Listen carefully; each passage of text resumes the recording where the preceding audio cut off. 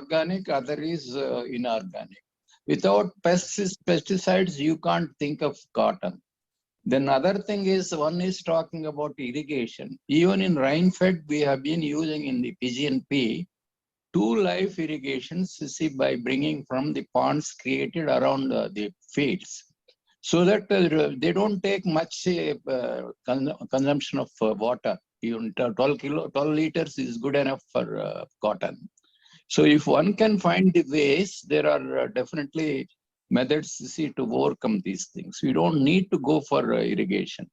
See, where do you get irrigation? See, everywhere. After all, in Telangana, in our own districts, see, there are no rivers at all. So we grow on rain-fed in a better way by using these, two life irrigations by giving, at the flowering stage and ball stage. That's one aspect. And other aspect is you can think of other means of deriving income by going for two-layer cropping.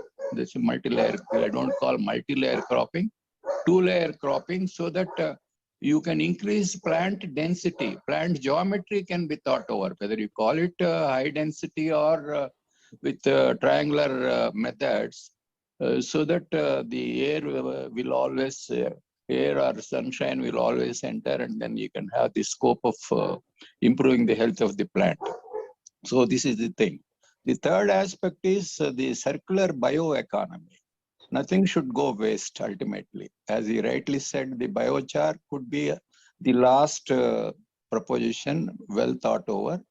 But only factor is you have to think of chopping the dry stock of cotton, so that the elements can go into the biochar unit. Intermittently, the bioproducts can also go to produce gas or electricity, depending on the economy or whatever.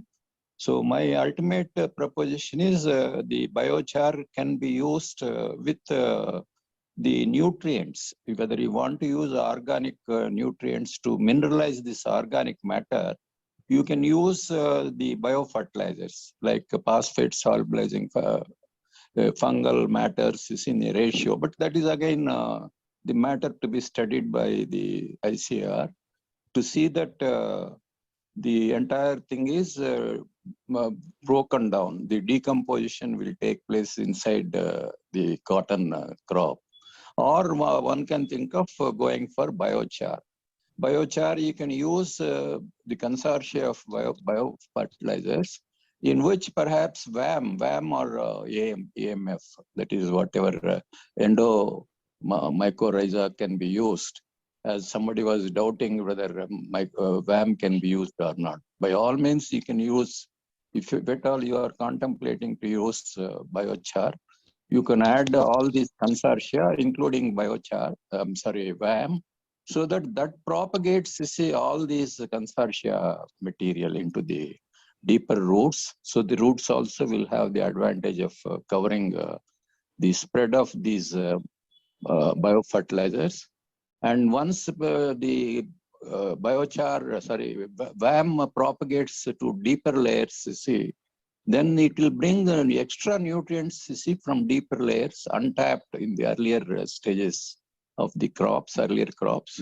So that way the WAM will have the advantage to bring, not only you don't have to use extra minerals, see, for that matter, and WAM can do some good job by having to bring these nutrients untapped.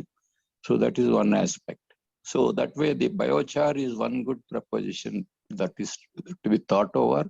Only thing is for making biochar, you have so many ways of doing things. How best you homogenize this biochar in the end and make it to miniature levels, so that it will have the ability to take the water, the extra water coming incidentally due to climate change, it will be able to absorb that much water, or the moisture can be tapped, you see, from underneath in the case of dry spells of drought.